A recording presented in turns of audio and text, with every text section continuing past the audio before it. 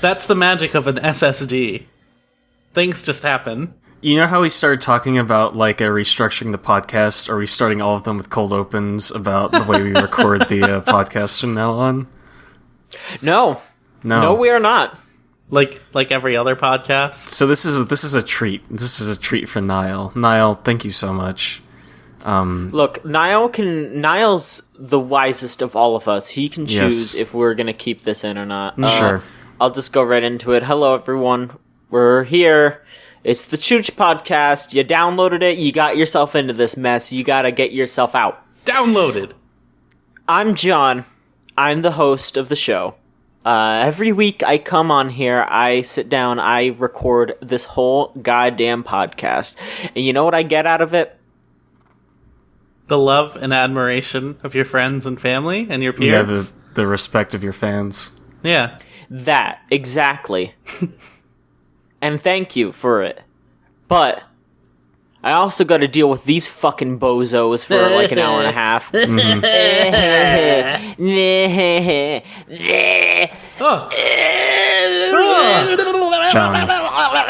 John, are you transforming? Are you taking on your final form? Yeah, that was like I was like the cockroach guy from Men in Black. That was what that was. Oh boy.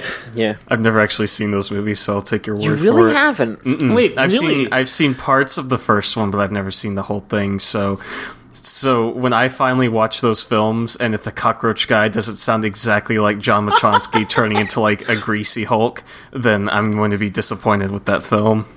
You won't be disappointed. The first one's really good. Mm-hmm. I don't think the second one's as bad as people say it is, but it is definitely a big step down. Sure. And the third one is very good. Really? Like, maybe the best one, yeah. Really? Men in Black 3 is real good. That's like the new one, right? Yeah, that one came out, like, within the last 5 years, I think. That's pretty wild, because generally when you hear stuff about franchises being revived by that, or like that, you don't really expect to hear that it's really good unless it's like, Mad Max Fury Road or something like that, so that's refreshing. Yeah. I legitimately did not realize Men in Black 3 existed. Like, I only know the first Men in Black, and I feel like I've watched Men in Black 2 at some point in my life, but have not watched it, A, as many times as I've watched the first Men in Black, and B, definitely not held on to any of Men in Black 2 in my long-term memory. But I got plenty of Men in Black 1 experience. Men in Black 3 is a complete void in my memory. You should watch it. It's very good. Yeah. Just take my word for it, Men in please. Black movie night. Make it happen. Yeah. There we go. The podcast theme song is now the MIDI version of the Men in Black theme song.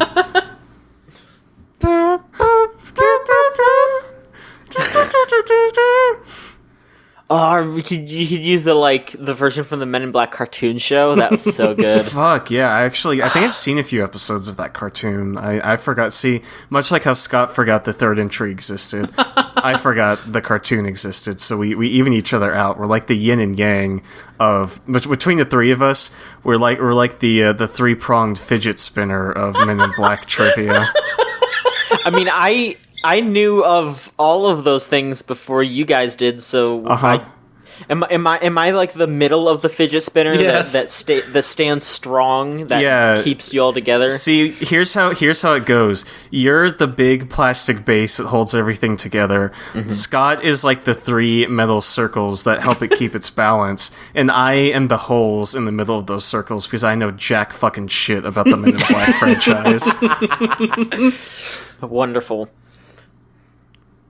But yeah, that's my recommendation to everybody. Go check out Men in Black 3. It's got a song by Pitbull in it. Yeah. Dale. Agent Dale, yeah. Was he in the Agent? I don't know. I feel like he made a cameo and he was just like, oh, I'm like Agent P or something for Pitbull. Mm-hmm. I don't know.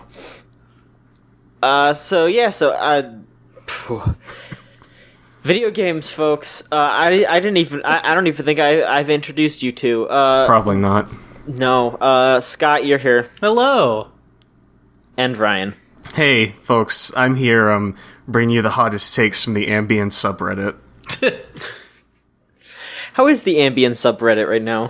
Pretty heinous. One of the top posts on here is somebody posting "quote unquote" tonight's ambient dinner or ambient dinner, not ambient dinner. They are not eating this fine meal while listening to the works of Brian Eno. No, they have constructed what appears to be a pizza out of an English muffin, shredded mozzarella, shredded cheddar cheese, crunched up Dorito chips, cooked mac and cheese shells, and ranch dressing. And they are eating this delicious meal with a nice bottle of lager, it seems, and they also seem to have baked their fork into the pizza because it is buried beneath several layers of Doritos and ranch dressing. That sounds fucking disgusting. Oh no, it looks like the nastiest thing I've seen this side of the fucking sweet ramen sundae or whatever the hell that one thing is, where the dude made ramen using Pop-Tarts and jelly beans. I can never get that fucking, like, reaction image of, like, Captain Hook, like, looking horrified with just a Pop-Tart next to it. Like, it's so good. Yeah, but that's kind of the hottest take out of the Ambien subreddit right now. There's one with the title Ambien Oh Much Butter Chef Crunch-a-Munch.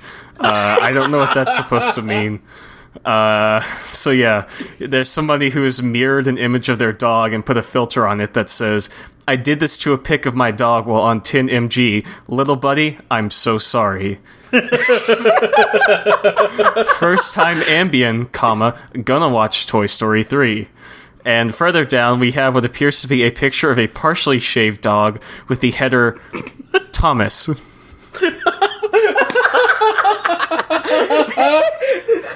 Christ.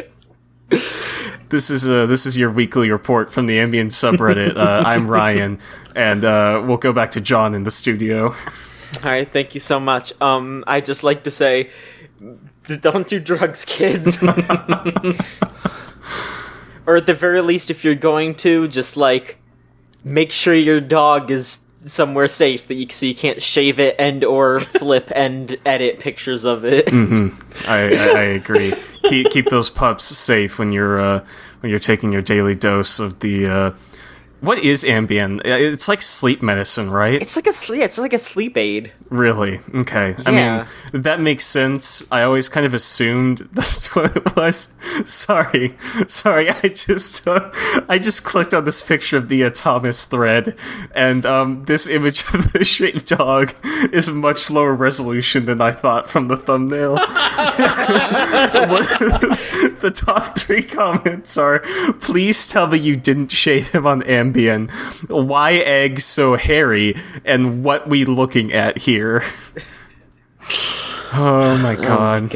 I'm sorry, John. I've hijacked this podcast and turned it into the Ambien hours, so feel free to take the reins at any possible second. I welcome it. Don't worry. Don't you worry about that. Folks, it has been quite the week for video games, but it is a great week for video games every week. So, that's what makes it so goddamn special. To talk about them, to write about them, to live with them, to sleep with them, to get all nice and cozy with them. Alright, can we... Folks! Ryan, why don't you tell me, since you've been talking about sleep aid abuse for the past couple of minutes, how about we shift over to talking about what you've been up to? Video game abuse. Yeah, video game abuse. Actually, I haven't played a whole lot of games this week, but I've been busy with life stuff mostly. I'm about to move out of this college campus apartment that I've been in, so I've been getting stuff ready for that, pulling all my posters down, getting my shelves disassembled. Really going Tim Allen Home Improvement on this whole apartment, but I guess since I'm taking stuff apart, it's like dark Tim Allen, like like reverse Tim Allen, if you will. When I grunt, it's less of a and more of an ooh. So that's been kind of less incredulous and more just like ooh, like kind of disappointed. it's 2:00 a.m. You're 5 years old, or maybe not 5 years old. Let's bump that up. You're 12 years old. You're watching Frankenstein while your parents are asleep downstairs. You got to like turn it down. Like that's the kind of Tim Allen grunt I'm going for here. Aside from that, I had a birthday stuff yesterday, so that was really nice. Happy birthday! Thank you, John. Happy birthday to both of y'all. Happy birthday to you Thank too, you. John. It's crazy. It's like back to back. You're the 18th. I'm the 20th. Nice, man. If we found one more person who was like smack dab in the middle there, we'd have a birthday sandwich. But delicious. I'm the 25th of last month. Nice, close enough. You're like the appetizer. You're the birthday appetizer. Speaking of appetizers, part of my birthday celebration was going to get all-you-can-eat sushi, which was quite the experience. I don't know if y'all have ever tried to strategically eat sushi before, but it requires a little more planning than I had thought. Basically, this place we went for lunch because it was about $10 cheaper than when you go for dinner, but it had, about the same food and all that. You go and they give you an hour, and you can order whatever you want off the menu in that hour, but then you have as long as you want from 11 o'clock to 3 o'clock to eat it. So hypothetically, you could go in and just wait until the end of that hour and order like 18 sushi rolls and just eat them all. But they do make you pay for anything you don't eat, so we are trying to be careful. We got up.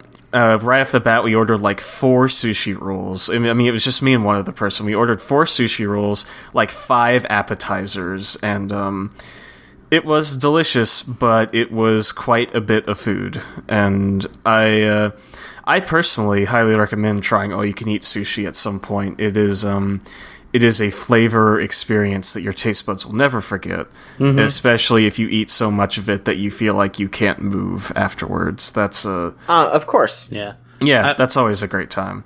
I've done all-you-can-eat sushi before, and it's really great when you and your friends get up there and you're like, we're just gonna get so much sushi, like they're not even gonna know what to do, and then you realize like maybe 2 or 3 rolls in, that sushi fills you up really fast.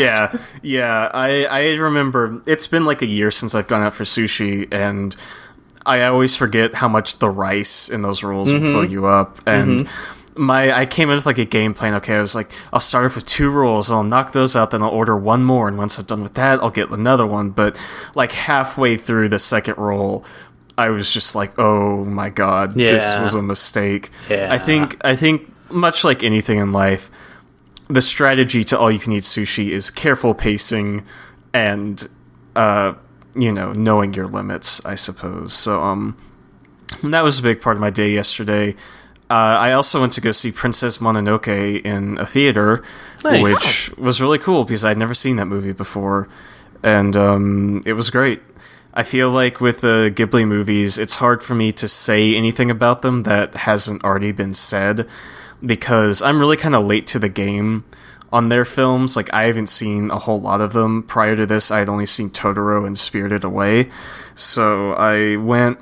And I really liked it. It was the sub instead of the dub, which I wasn't a huge fan of, because when I'm watching movies for the first time, I like to be able to focus on the visuals and the imagery instead of having to read the subtitles. But other than that, it was great. A very mature take on fantasy stories about kind of the nature of humanity and this gray area of morality and that kind of thing, which, maybe not as heavy as I'm making it sound, but certainly, a little more dense than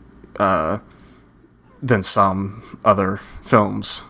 Absolutely. Yeah, you know what I'm trying to say. Y'all have got some smart noodles up there. You get when I'm laying down, picking up the word garbage that's coming out of my mouth like you're doing community service on the side of the highway, and I'm just tossing a cola can of movie trivia out the side window. But yeah. That was pretty much my week. There's some games. Maybe like a game. Talk about this one, my friend. Yeah, you know I will. I played more of Persona 5 first off the bat. I don't think I have to say much else about that. I finished the 5th Palace. and I'm gearing up to do what I assume is the 6th. And then the other game I started, which, John, I think you discussed when I was on last week, was Kingdom Hearts 2 on the PS4. Yes. Oh, boy. Yeah. Here we go. Yeah, you better buckle up because I love that game. Oh, I'm ready. I grew up with the Kingdom Hearts games. When I was a kid, they were basically sacred text. It's been like 5 years since I've played any of them. So when I sat down to play the second one, it was like coming home. I was like, oh, I remember just enough of it to be familiar with it, but not so much that it just feels like a rote, like retreading of shit I've done, like 5 times before. I think it's interesting coming to it a few years later, having played a lot more games and being much more knowledgeable about the medium in general, kind of picking up on the character action kind of bits in that game and realizing it's not like, oh, equip an item and just go hit people with your Keyblade. There's like combos and, like moves like that. And when I played it before, I did like the reaction commands and stuff like that, but I never paid much attention to like, the button chaining to like launch something into the air and then like do like an aerial combo and stuff like that. So it's a much different experience than when I was younger and played it, because I'm also it's also a lot easier for me to kind of find the flaws in that game too, like kind of see it with a more experienced set of eyes and be like, yeah, this game's great, but there are parts of it that aren't fantastic. But it's great. I love it. I always will recommend those games, but I am clouded by my own personal past with them sometimes, I think. I think I may try to write something up on that game just because it means so much to me. And sure. maybe if Andy and Rose, who I know are both big fans of those games too, want in on it, then maybe we can do something between the three of us.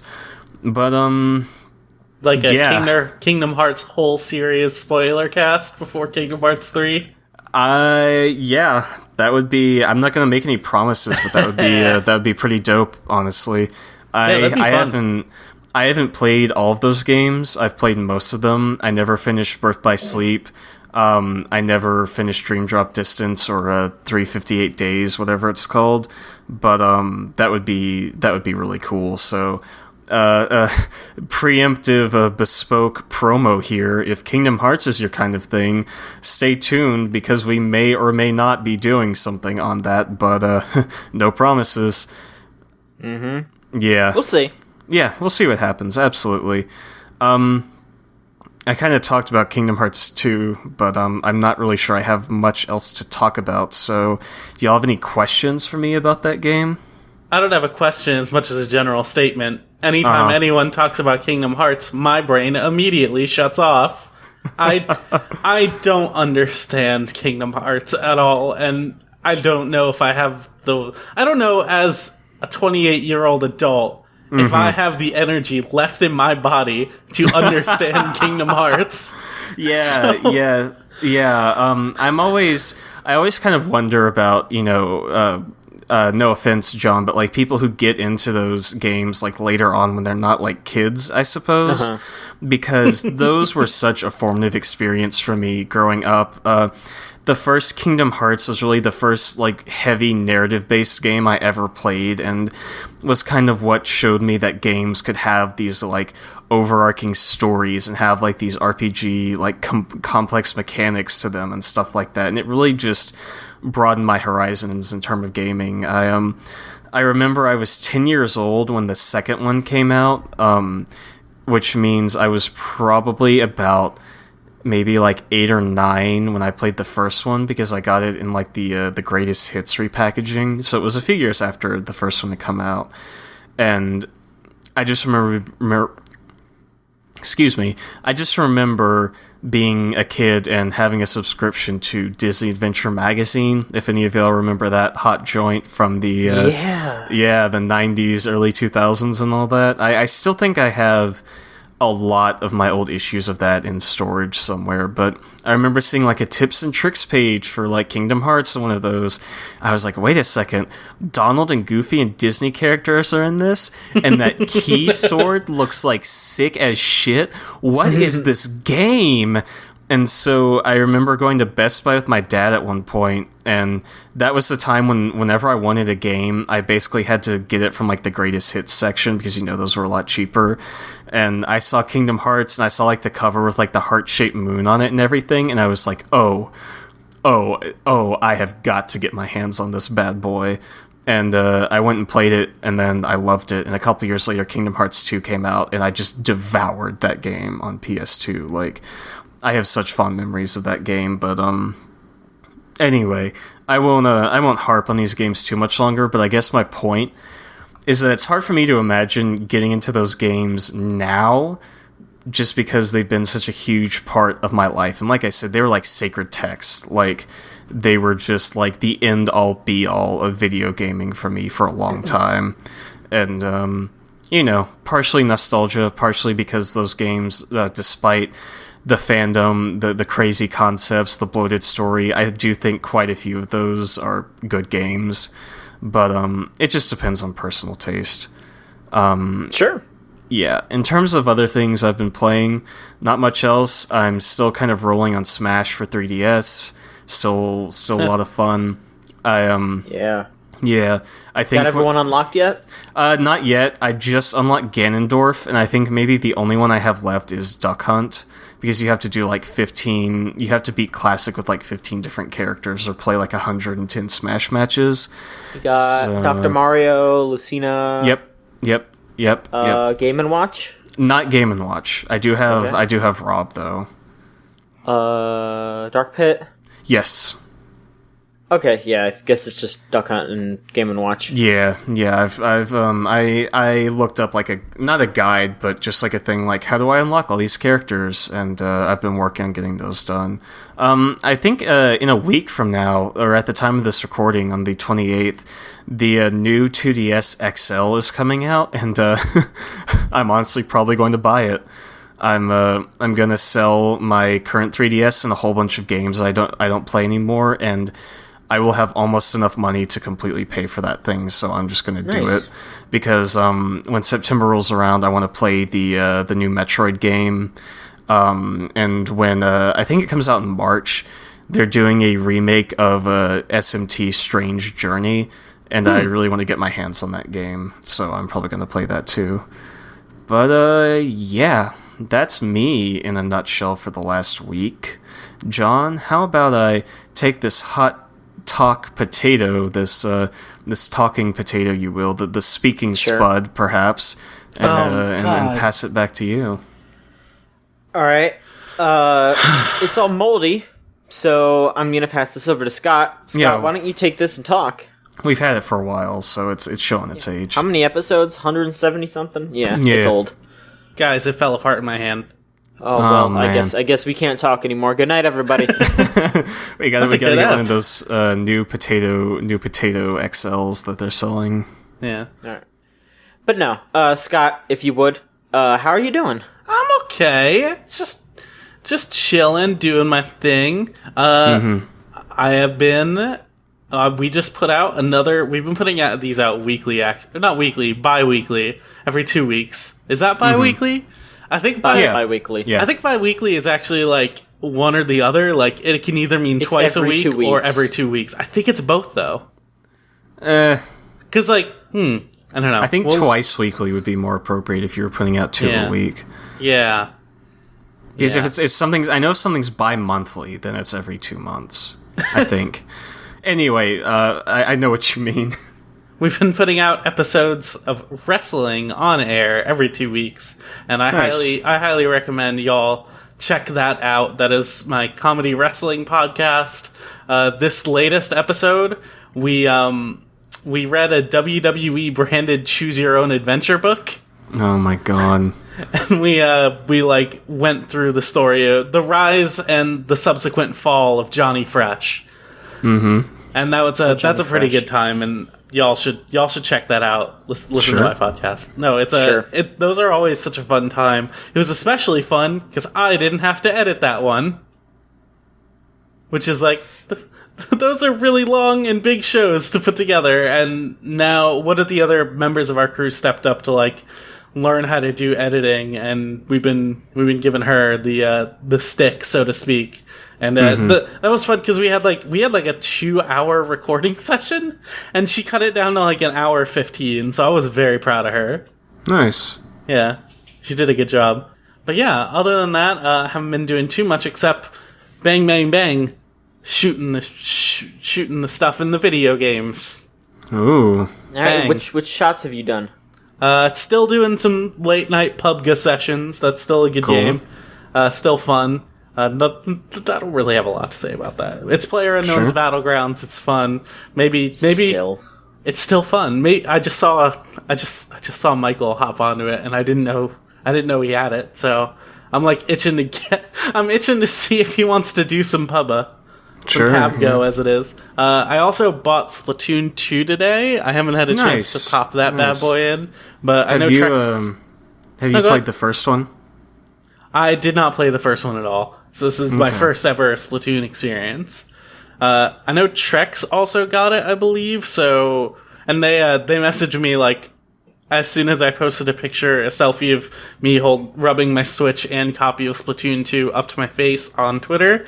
They asked me if I was around to play some tonight, so we'll see if we can do some Splatoon. I'll try maybe record a thing. Who knows? We'll try. Yeah. Sure. Do our best. Have you played any of it yet, or did you play the demo? Not yet. No, I didn't play any of the betas either, so I'm going in pretty fresh.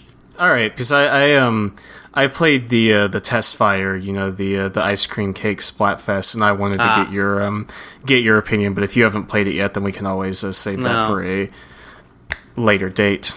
I do know that the current Splatfest is mayo versus ketchup, and that's like they want like Pearl is the one representing mayo, correct? Yes. Yeah.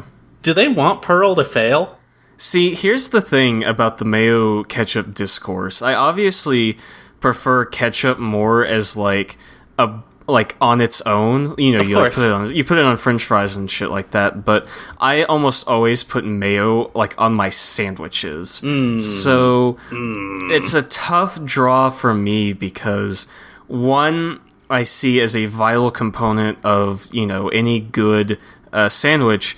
But the other one is like more versatile, if that makes any sense. It has more applications. And if you told me, if you put a jar of mayo and a jar of ketchup in front of me and held a gun to my head and told me to empty one out, just like eat it straight, then I'd have to pick ketchup. Yeah, of course. But my loyalty to a degree lies with a very thin layer of mayonnaise on my toasted salami sandwiches.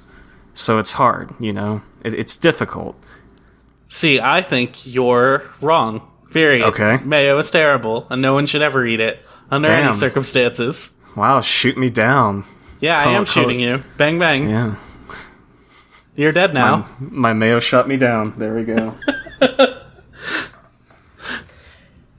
So, have you been playing anything else? I have. I heard you talk for a sec. I was waiting to see if you had any interesting mayo v ketchup related opinions. I mean, I eat a lot of ketchup. Honestly, I like to dunk everything that I can potentially dunk in ketchup. Sure. I kind of stopped eating mayo pretty recently. Like I kind of decided, like it wasn't necessarily like mayo's horrible, but it is. I started just putting like peanut butter on my sandwiches, like not like hot sandwiches, but if I'm eating like a cold, that'd be good if it was though. Yeah, that would be fucking gross. But if it's just like, like a ham and cheese sandwich, put some peanut butter on that. It's fine. Okay, interesting. Here's the question, John. Creamy or chunky peanut butter? I could go for both, but crunchy's real nice sometimes. Okay, interesting. See, I would think creamy would have more application as like a sandwich condiment, but what you're saying is you like to get that nice crunch and munch texture in there. Yeah. Okay. All right. That's fair. It's good. John, I have a follow-up question regarding these peanut butter ham and cheese sandwiches. Right. When did you become a monster? Jesus. My dude, from the moment of conception, my friend. You were born Don't horns and question thorns. me. I gotcha. Yeah. I gotcha. That's fine. So, other than not playing Splatoon, I have been playing the Destiny 2 beta. Okay. Destiny. Oh, interesting. Yeah. That's a fun little spin. So I got a real original take on this Destiny 2 that everyone's talking about. You ain't gonna hear this anywhere else. Mm-hmm. It plays a lot like Destiny. What the fuck? That may be the spiciest take I've heard in the last 30 minutes. No, it's very Destiny. It's more Destiny. That's like that's the long and short of it. But the interesting thing is the intro mission that they have in the beta is a little bit different from the intro mission that they showed. Okay. Different in the sense of like when you actually go to do the mission, there's like actual NPCs standing around and doing stuff. There are other characters who will show up and like help you with things. And that's like did the first Destiny not have that?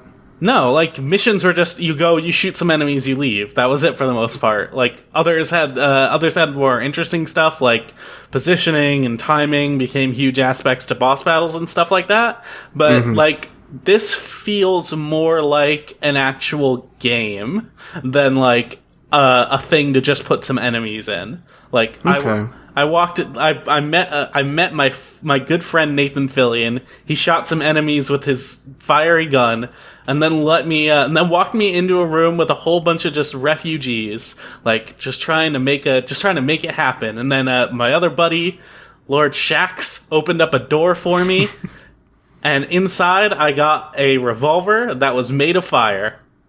Sounds pretty dope. So yeah, it's like. There's like neat character interactions happening in missions that weren't there in the first one, which is weird that in the preview footage, like the trailers and stuff that they showed, the gameplay footage coming out from E3, like that didn't have any of that, which if they showed some of that, like that would make a very distinct different impression of how people might have viewed Destiny 2. Sure. Instead, what they showed is, hey, here's more Destiny.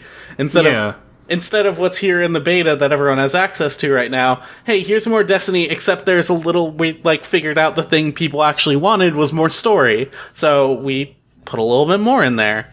Yeah, I feel like that's kind of straddling that line between, do you want to attract new players, or do you want to make sure you get like the old base back first by saying it's going to be, similar to what people are already familiar with. But even the old like baseline people who already know what they're in for Destiny want more like flavor in their content. Sure.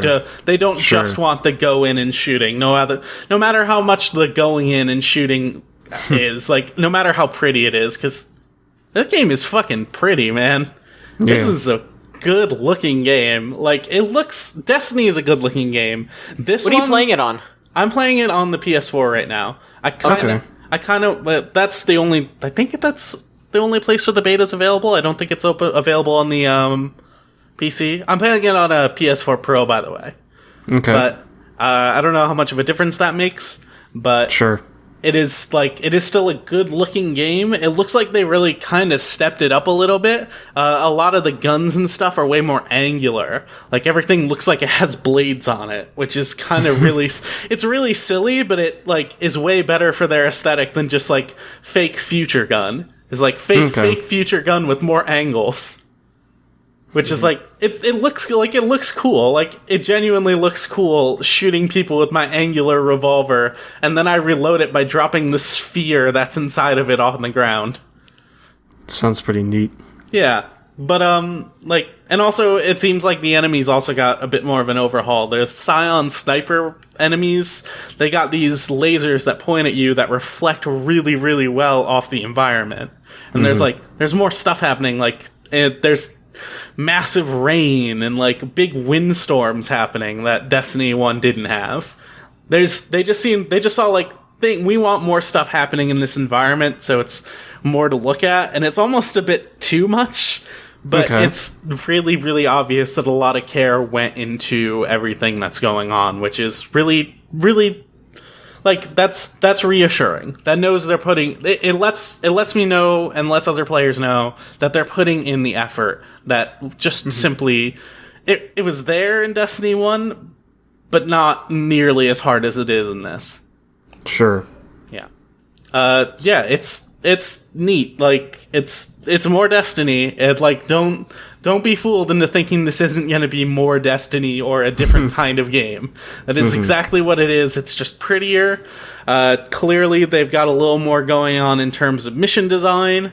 There's actually one really cool little thing. One of the NPCs that helps you is like a fellow guardian. Like they're kind of supposed to be viewed as equal to you as a character. And then that character during the mission died, and then their like ghost popped up, and then I walked up and I held down square to revive them, and they were just fine again. And you don't need to do that. They're going to be fine either way, but that's such like a cool, neat little interaction that nothing like that would have happened in Destiny 1 for an NPC. Yeah. I'm not familiar enough with Destiny 1, but from what you're saying, it definitely sounds like an improvement. It is. It's hopefully we see more of that, and it's not just this first mission. But yeah, it seems cool. I played a little bit of the multiplayer as well. Destiny multiplayer is still interesting, but still probably not my bag. Okay. But it seems like they went out of their way to balance it a little better. Like some of the more powerful guns that were maybe seen as meta before are relegated to much shorter use than they are in Destiny 1. So that's kind of neat. And control points, which is the mode I played, I didn't get a chance to try that new one yet. Control points no longer have like, you wait in a control point, it goes neutral, and then you wait again and it goes to your team. It just goes immediately team to team. So they're trying to make something that's way faster, more frenetic, something people can like really like, there's less downtime and you're just always on. Which is like that's a neat, noble concept, and hopefully more of the multiplayer isn't just annoying. Sure. See, I kind of assumed that the original Destiny, which of course I know nothing about, was largely a multiplayer experience. I mean, like competitive multiplayer. The whole game is completely like cooperative. Yeah, exactly. The whole game's cooperative except for the competitive, like the separation there. But like, yeah. Okay, yeah. That's what I thought. Excellent. Cool. Yeah. That's about it for Destiny chat. All right. Anything else? Not really. Yeah, I haven't really played too much else. All right. That's fine. Yeah. Okay. So as for me, I actually haven't really been playing too many games. That is a lie. I have been playing 2 games, but they're games that we have talked to death, so I'm not going to talk about them. Alright. I've been just playing a ton of Kingdom Hearts 2, I'm trying to get through that. How far are you? I just got to the Pirates of the Caribbean world. Great. Yeah, that was... Yeah. Sora, Donald, and Goofy kill real-life people. Yeah, they're just dudes. Like, I mean, they're like you can only hurt them when they're in their, like, zombie form, but, like, they're still human beings. Yeah, they're like real-ass, like, weirdly photorealistic people. The one thing I wish they had done with that, and I can't even imagine what it would be like if they do it in Kingdom Hearts 3, I wish that they had brought... like, one or the other, like, brought the pirates down to the style of Kingdom Hearts, or scaled Sora, Donald, and Goofy up to the horrible PS2 texture ass photorealism of the pirates world. Like, just imagine this horrible, gross Pete where you can see like the pores on his jowls and shit like that. Goofy, like, that's what I wanted. Goofy would just look like that comic where he's like all like shriveled up and shit. Like, that's what he would look like. Mm-hmm. Like, imagine if you were just playing like Kingdom Hearts 3 in that like graphic style they have, and suddenly there's like photorealistic like Robert Downey Jr. just like he's like, hey, Sora, you want to be Iron Boy? Like, here's a Welcome to the Keyblade. Avengers, kid. Here's your Keyblade. Yeah, basically. Oh my god. Okay. So I do want to talk about one thing. And it's something that I noticed while playing the game, like for getting it to this point for the first time. I think I know why they put a Pirates of the Caribbean level in specifically. Okay. Because it was really big mainstream at the time. Okay. I'm going to say, of course, obviously that is part one. But part two is that Japanese people really, really like the Pirates of the Caribbean theme song. Sorry, what? All right. I know this because I have watched a lot of Game Center CX, and they put that song in very randomly all the time. I think it's just something that people in Japan like. And I realized this because they didn't use a remix of the song. They just used the Pirates of the Caribbean theme song during the fights. Yeah, it's like the straight up song, yeah. Yeah, so it just hit me like, maybe it's just because, like, you know, that's just a cool song in Japan. I mean, you know, that's cool, okay. You know? Like, it's a good song. That's an interesting theory, John. That's my theory. That's just a theory, a game theory, though. Yeah, video game choo-choo game theory is Kingdom Hearts all about the music. And as anyone who has played Kingdom Hearts 2 will tell you, and who has played the Atlantica level, you know the answer is yes. It's all about the music. That's true. Yes. It's all about the music and how you play it. But yeah, so then I've also just been playing some Overwatch here and there. I've been getting some seriously crazy diva self-destruct kills lately. Nice. God, I got like a quintuple kill last night. That Sick. Was really good. Nice. I love to get big plays. I've been meaning to hop back in with y'all, but my roommate actually like gave away our copy of Overwatch. So sorry, what? Yeah. That's a bummer. But I did buy it on PC, so maybe I'll play with some new friends. Sure, I mean, you know, there's probably someone in the Chew chat, which is at thegamezone.zone, that would love to play with you, Scott. Wow! Thank you, friend. I haven't met yet, or I have met, but have not played Overwatch with. Let's do it. Know it. That sounds wonderful. So, yeah, you know, that's pretty much what I've been doing. But I will also talk very quickly about EVO. Ooh. I watched pretty much the entire, like, last day of EVO. Holy shit, that was so much fun. Yeah, like, it was solid. It was real good. That entire thing was just game after game after game, round after round after round of good, solid gameplay. Like, it was so much fun to watch, front to back. Like, Smash 4 was really fun to watch, even. Like, yeah, I heard it was crazy. Or at least the last one was.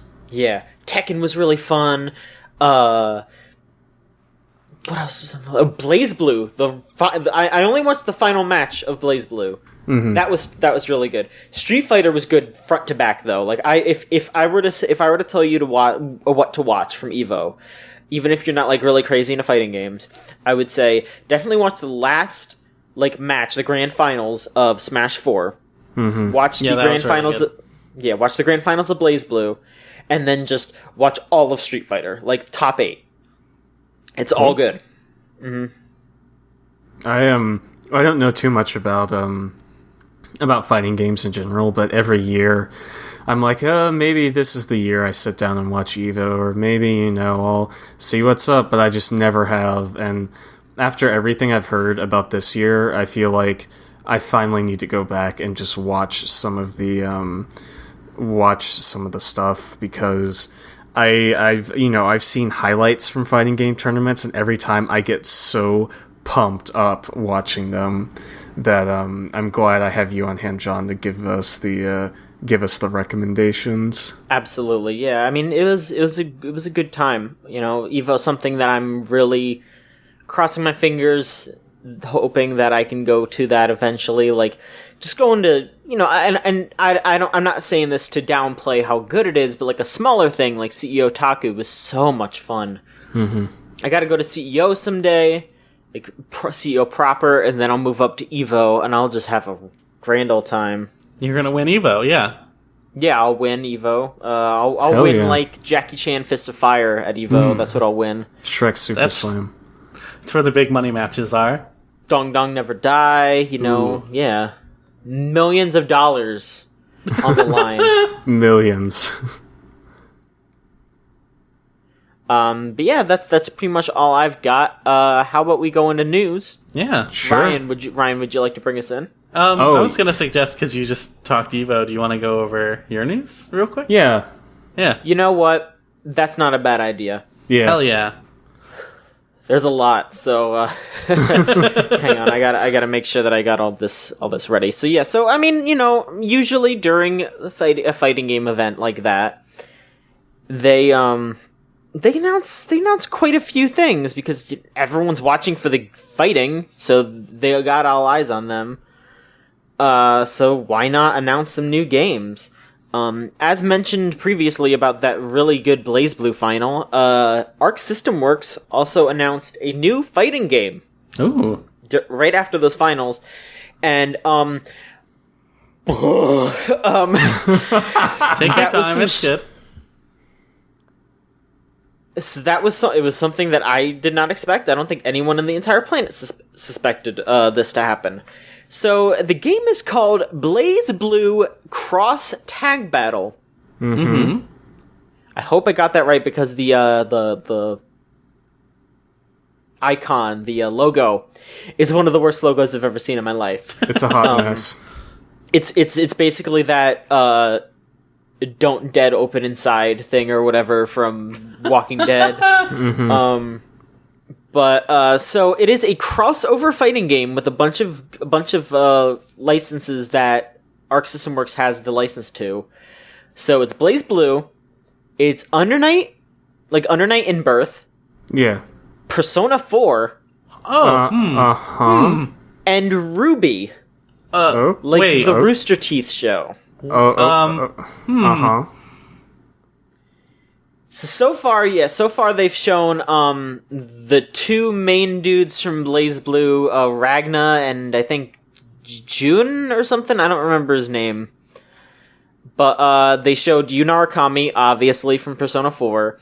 Hyde, the protagonist of the Persona series. Yeah, Hyde from Under Night, and Ruby Rose from Ruby. Now, obviously, there's going to be more characters from each franchise, but I my theory here's my game theory here.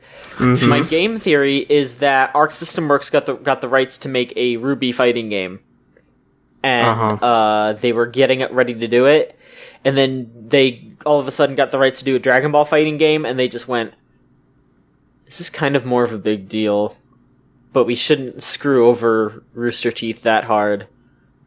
Let's do something that's maybe not as good as their own game, but probably will help, or you know what, maybe they were like, you know what, maybe this will help boost Ruby a little bit more, especially in the US, because people really fucking like Ruby in Japan, like a lot. But I don't know. I mean, I'm good for them for getting that in a fighting game. Sure. Those characters fit perfectly in that kind of setup. So I'm sure they'll be fun to play as. And this game does seem pretty fun. It's a 2-on-2 game. Mm-hmm. And they haven't ruled any other licenses out. So if Arc System Works has the rights to something still, there's still a chance that they might show up. So Guilty Gear characters could show up. Who knows, maybe a Dragon Ball character might, someone from Melty Blood, maybe someone from Hokuto no Ken or Fist of the North Star. Maybe they might show up. Yeah. all these things that Arc System Works has the rights to, they could potentially show up in this game. So that would be really cool. That'd be wild. So that was the first thing that was announced at EVO. Next up, I don't remember if I mentioned this on here, but Arika, who is most famous for the Street Fighter EX series, they announced the official release of their game that they showed as an April Fool's joke earlier this year. So, yeah, the game does not have a name. Right now, it's literally just called The Mysterious Fighting Game. Oh my god. It has, like, some EX branding on it already, so people are thinking it's going to be called Fighting Layer EX, because that's what, like, their big franchise was called before Street Fighter EX. And they confirmed some characters. One of them was Darren Meister, who is a character who showed up in Street Fighter EX. He's an Indian wrestling champion. Mm-hmm. And the other character they showed was Skull-a-friggin-Mania! Yeah! Yeah, they brought back Skull-a-Mania. I'm so happy about that. Like, you have no idea. He looks so much fun. The game looks really, really fun, honestly. The one thing that I'm a little worried about is I saw some people talking from the show floor who played it, that there's, like, gems in it, like Street Fighter Cross Tekken, which is worrying. But if they do a good enough job with it and it doesn't obstruct the game at all, that's fine. So they've said that the game will go into a public beta by the end of the year. Okay. And it will fully release simultaneously next year on PS4. Neat. And maybe Steam too. They showed the PS4 logo, but I don't know if they've actually said Steam. But PS4 definitely. So I don't know. That could be fun. Yeah. Yeah. The last bit of news is for Tekken. And they announced this at the Tekken Grand Finals. If you're at all aware of SNK fighting games, the name Geese Howard will instill a just pure fury within you, knowing all that dark bullshit that guy has done. You will, much like Terry Bogard, clench your fist and shake it in the air and go, Geese! But Geese is coming to Tekken 7 to fight Heihachi, just like Akuma. He was announced as a DLC character. He's the second DLC character after Eliza. Eliza's also coming out in a couple of days officially. She was like a pre-order bonus, but now she will be purchasable in a couple of days. Geese is coming out sometime in this winter, and he comes with his own stage, Geese Tower, and he does all of his moves. Like, he does the Reppuken, like, where he shoots, like, the wave of power, and of course, when he counters you, he does his predictable and all that, so you get exactly what you want from Geese Howard. He's got all his moves, he's got that shit-eating grin on his face. He's falling out of buildings. Like, it's exactly what you want from Geese Howard. Nice. So yeah, I mean that's the second crossover character.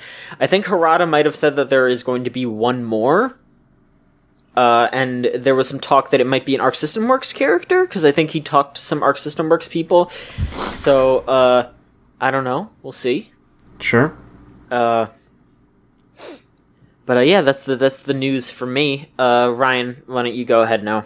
Yeah, sure. I don't know a whole lot about fighting games, but that all sounds pretty exciting. I know in the past, like Evo, I never really got the sense that they announced a whole lot of stuff there, but it's cool that they've rolled all this stuff out for that. But anyway, hey, remember when we were talking about Kingdom Hearts earlier in the hour? Well, guess what? It's back with Kingdom Hearts 3 news. Ooh. So last weekend was the D23 Expo, which is the Disney kind of fan convention.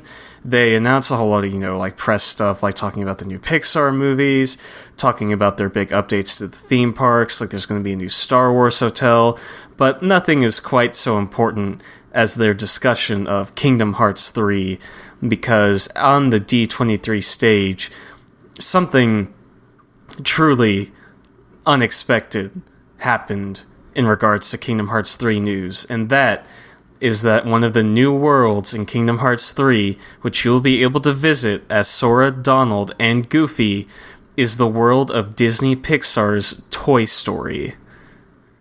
You will be able, as a spiky-haired anime kid, to land in the giant version of Andy's bedroom, become a toy, and fight Heartless and assumedly Xehanort side by side with Woody and Buzz, who I'm assuming will not be voiced by Tom Hanks and Tim Allen, but, a boy can dream. Alright, so I'm of two minds of this. On one hand, Disney has all kinds of money, and they could totally get Tom Hanks and Tim Allen to do it. Mm-hmm. But the other hand is, and I just recently learned about this, Michael told me about this, and it scared the shit out of me. Uh-huh. Tom Hanks has a brother named Jim Hanks, who does, Woody's voice work. Oh, good. For, smaller things. Yeah. When Tom Hanks can't be, arsed to do it. Mm-hmm. So I it guess... might just be Jim Hanks. Yeah. So we'll see. Yeah, the man, the legend, Jim Hanks. I doubt we'll get Tim Allen as Buzz Lightyear, but maybe it'll be like Patrick Warburton, like they did for the Buzz Lightyear animated series. If you remember that deep cut, that deep cut that I watched all the time as a kid, pretty solid stuff. And the gameplay looks really great. It looks just like classic Kingdom Hearts gameplay with all the nice next-gen updates. They released a fantastic Keyblade with this world. It is a handle that looks like Buzz Lightyear's kind of... oh man, what is the name of Star Academy? Space Academy? Star Command. Star Command, yes, thank you. My god, I should know this. It's like the Star Command crest with a cactus coming out of it, and then a cowboy hat and a sheriff's badge on the top, and it looks amazing. It also has a special ability that turns into what I assume is the claw from the first film, when they're in the thing. It's like, the claw, the claw! And as a kid who watched Toy Story multiple times, almost to the point of religiously, this is a godsend. This is the most incredible thing I could possibly want out of Kingdom Hearts 3, and when we were watching the D23 stream and they announced the Toy Story world, I saw those, I saw that shot of the blue sky and the clouds on Andy's wall, and I lost my shit. It was kind of on the level of when they announced they did the Metroid Prime 4 tease at E3 this year. My hands were shaking watching this Toy Story gameplay. But, that's not all. Apparently, Kingdom Hearts 3, drumroll please, is supposed to be coming out next year. That's kind of wild, honestly. I've waited over half my life for Kingdom Hearts 3 to come out, and the fact that we're finally getting it next year is amazing to me. I hope that release date holds. I really, really, really, really, really, really, really, really, really want to play this game next year. I'm going to die. I'm going to get the disc in the mail and open it, and there'll be a glare coming off the edge of the CD, and I'll just burst into flames because it sets me on fire. It's so incredible and breathtaking. Anyway, I'll stop doing a bit about this game and wrap up this news segment. I mean, I know some people are skeptical about this release date.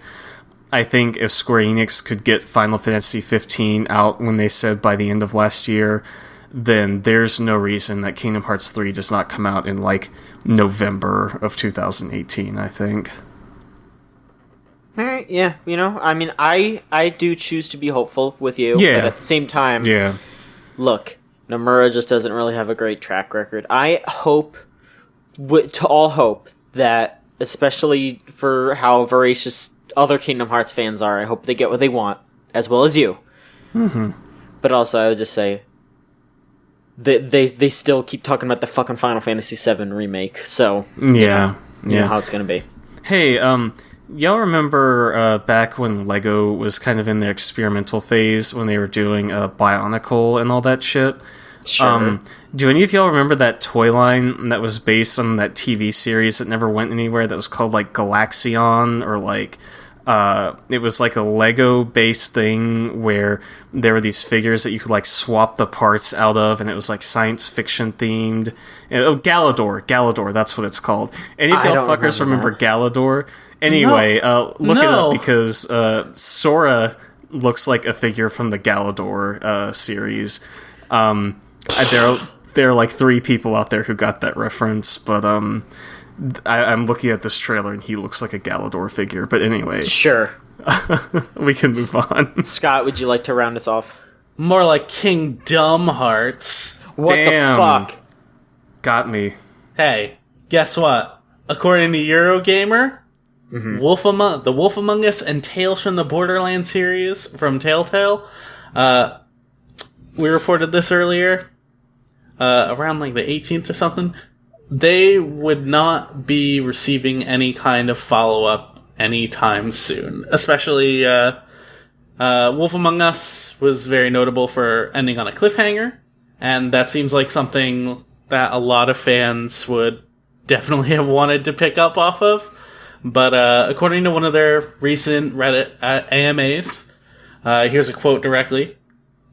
Should we ever continue in the world of fables and The Wolf Among Us, it is generally agreed upon that we wouldn't continue the storyline directly and would leave things an open mystery that's left better unanswered. So, yeah, that's, even if they do, like, pick up Wolf Among Us again. Hey, Scott. I know, I'm getting to it, don't worry.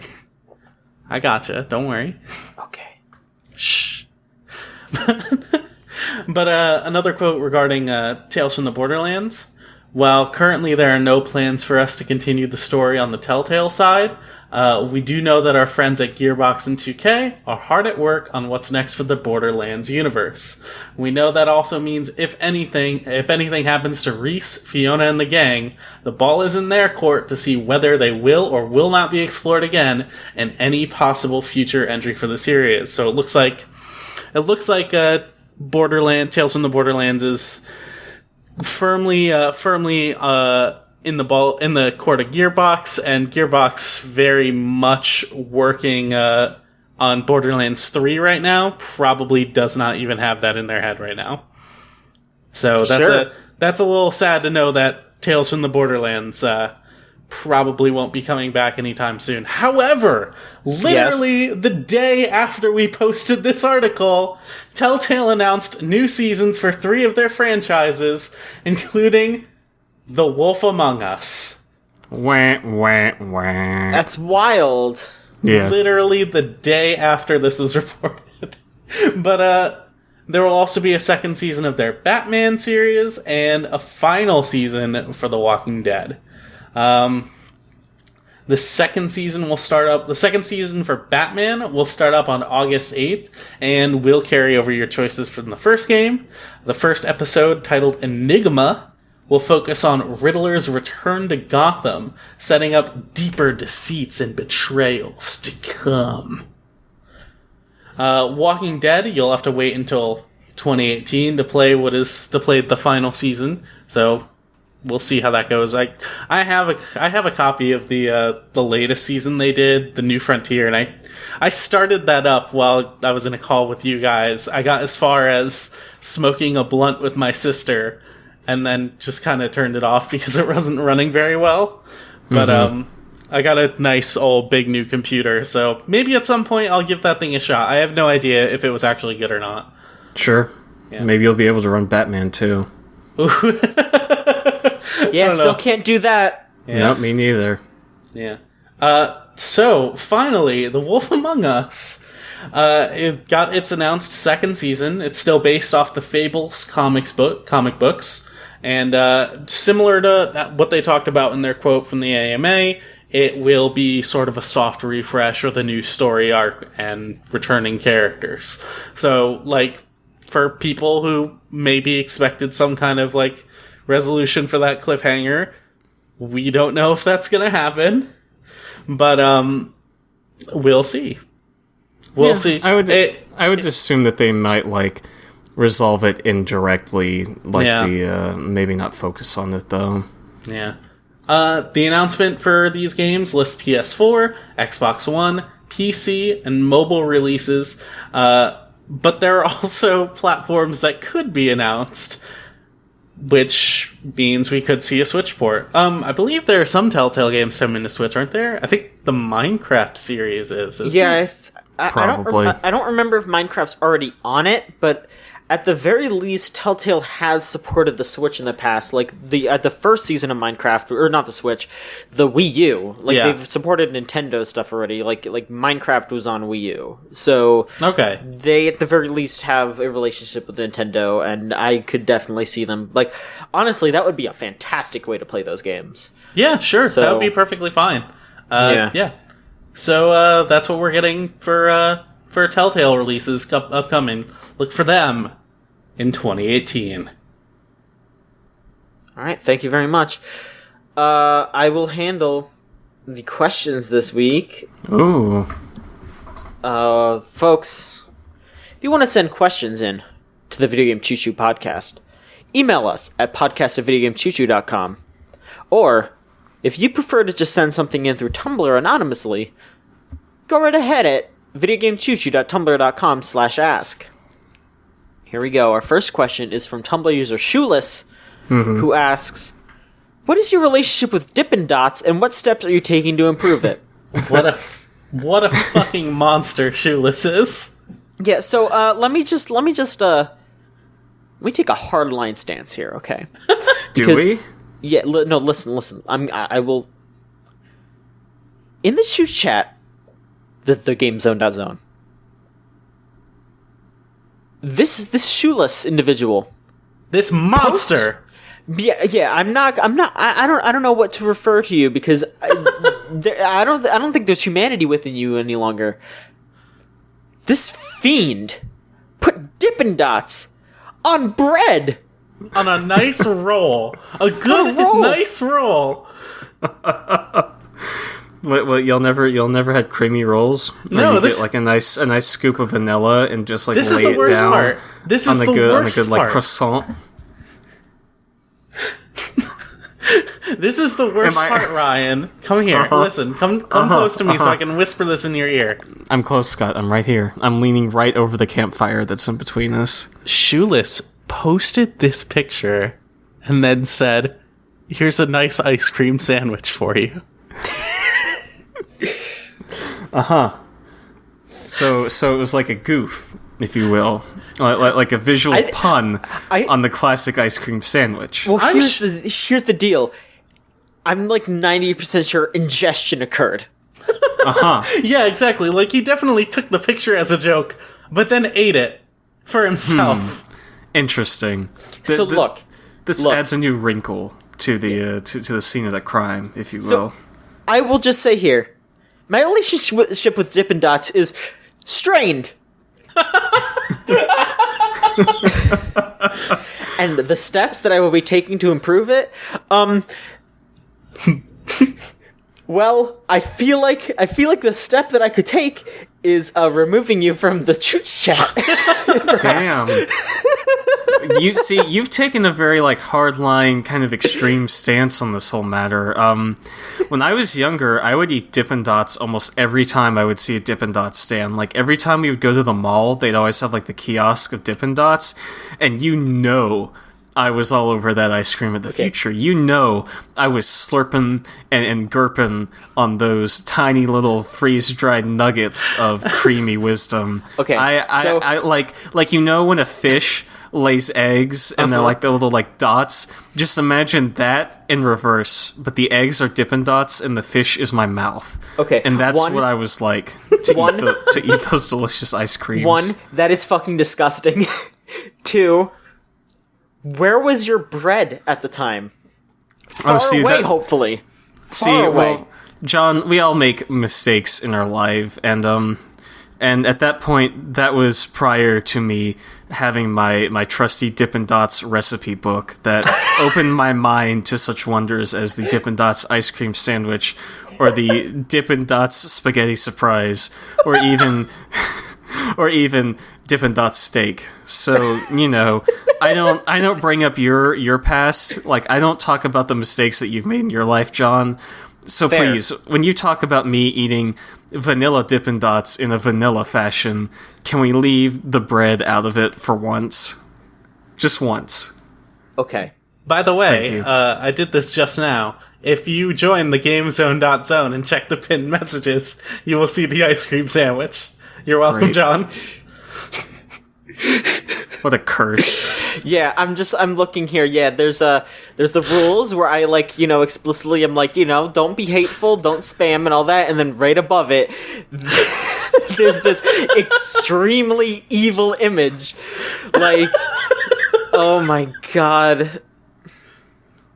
What a mess. Whew.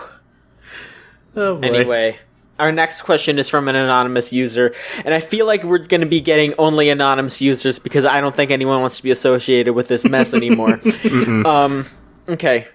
Anonymous asks... Sorry, I just What? saw Stu just asked why I pinned that picture. Anonymous asks, are there any pieces of game memorabilia that you just must have? Let's go around the call here. Scott, why don't you go first? Is there Game any big memorabilia. pieces of memorabilia that you just lust over? I need to have some game memorabilia. This is a little tough. Here's the thing about me and game memorabilia. I really like consoles because I like Sure. having the access to play older things. Even Yeah. if maybe some of my consoles still don't work, but I have like a very large collection of just consoles and old games. I don't really... I like posters and stuff, and, sometimes some extra, figurines or whatever. Yeah. But I kind of just view anything else, anything supplemental, as, a toy, or kind of I don't need this thing.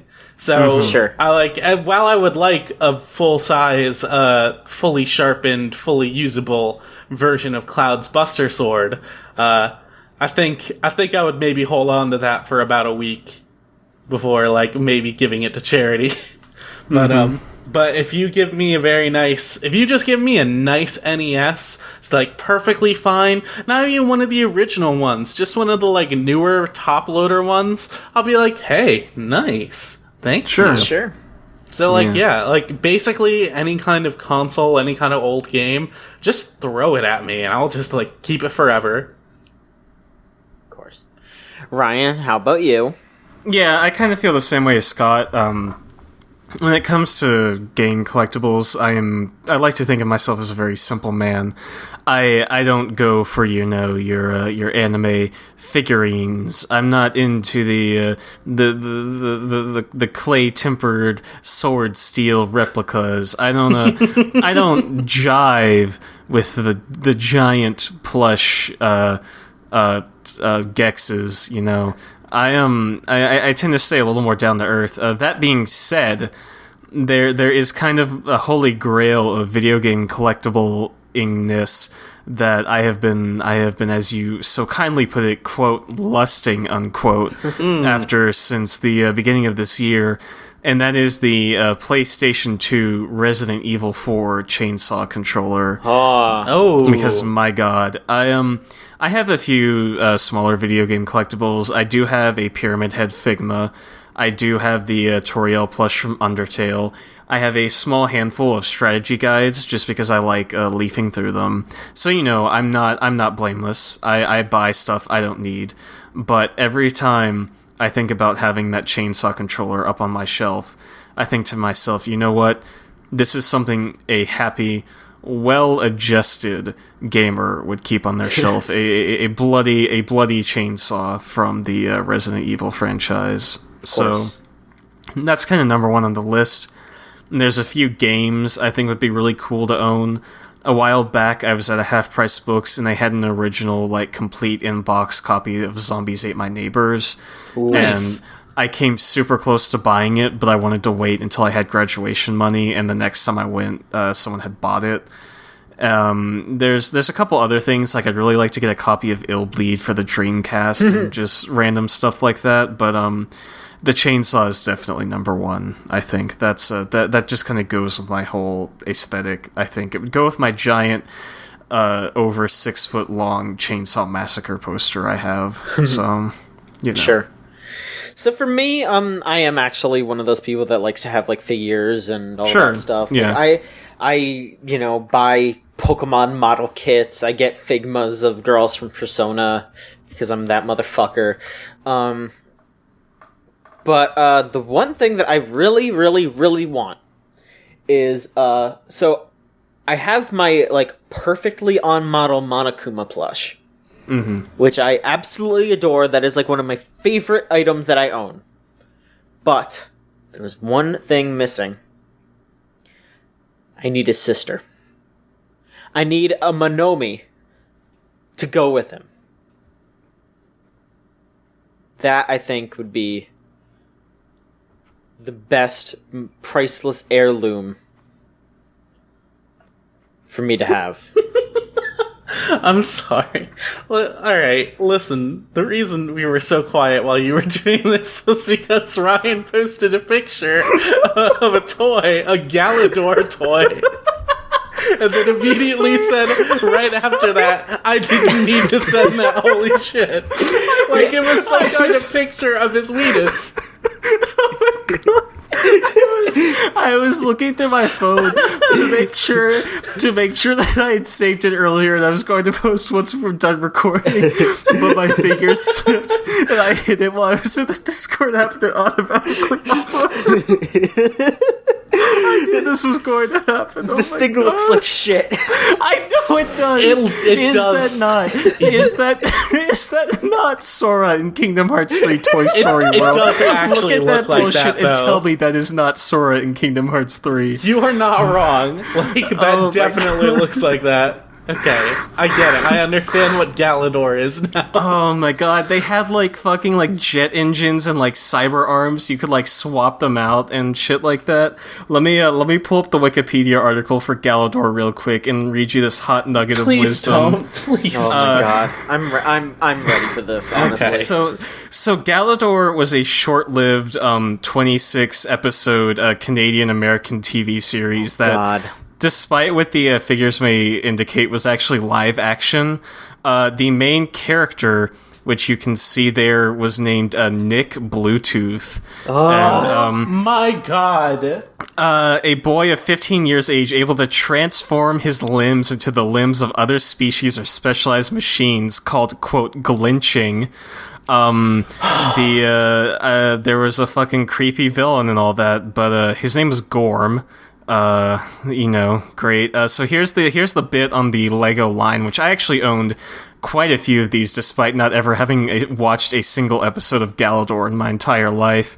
Unlike other Lego themes, these were simply action figures with swappable body parts, much like Bionicle. The theme was considered a commercial failure due to bad design choices and no compatibility with other Lego themes. Only 15 were released overall, with 2 in limited quantities and 2 canceled immediately. Wow. Boy. So there you go. There's also a Game Boy Advance game for this TV show, which I'm assuming is unrelated to the Lego set. But anyway, now you've all been educated on Galador, and we can move on with our lives. Well, I guess we're all cursed with that information now. Mm-hmm. Yeah. Anonymous asks, I finally found a pair of leather pants that fit me at a thrift store. Does anybody else here wear leather pants? Yeah, every day. I have a very classic leather jacket with the, the whole kind of grease nonsense with the zippers and the straps and all that. And I only ever wear it if I go out to go see like Rocky Horror Picture Show or something like that. But I really think a nice pair of leather pants, or even assless chaps, if I'm feeling particularly daring, yes. would be a great addition to my daily ensemble. Yeah, I like good leather pants that really, really ride up on the junk. That way the outline is just there all the time. like every time you move your leg, it makes a noise like saran wrap stretching, and you've got to apply like some baby powder to the inside of your thighs so you don't like chafe everywhere you go. Yeah, that's the good shit. Just wrap the bottom of the pants, just seal them, and then just open up the top and just fill it with baby oil, and there you go. You're fine. Ugh.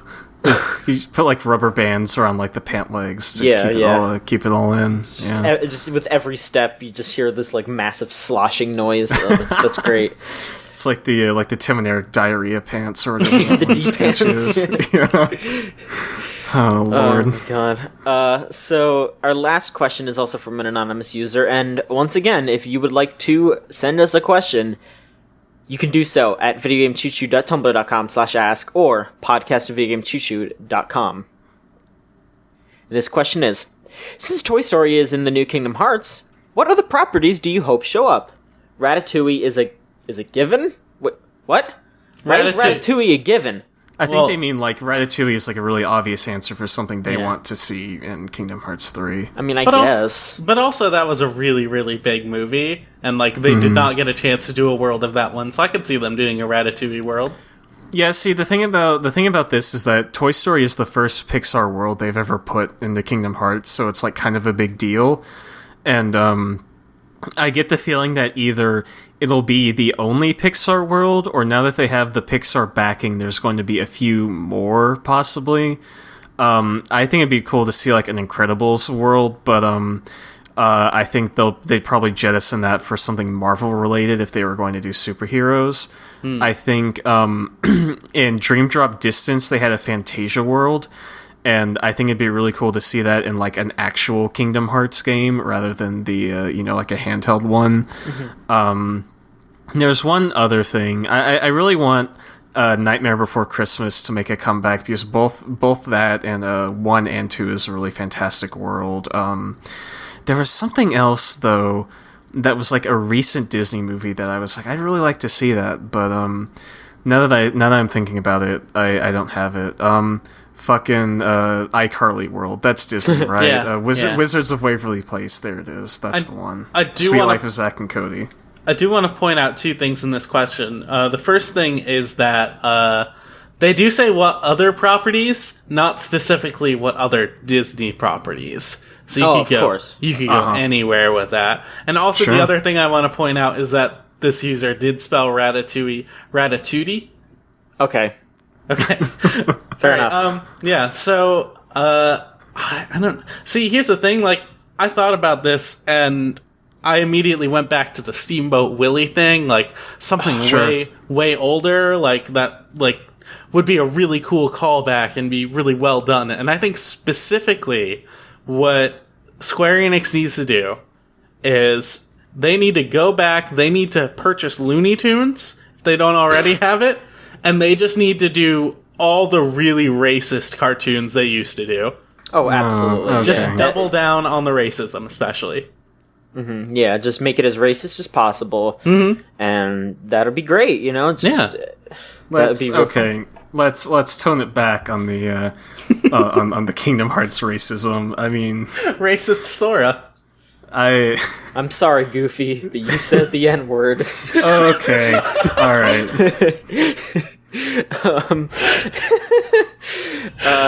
Oh boy.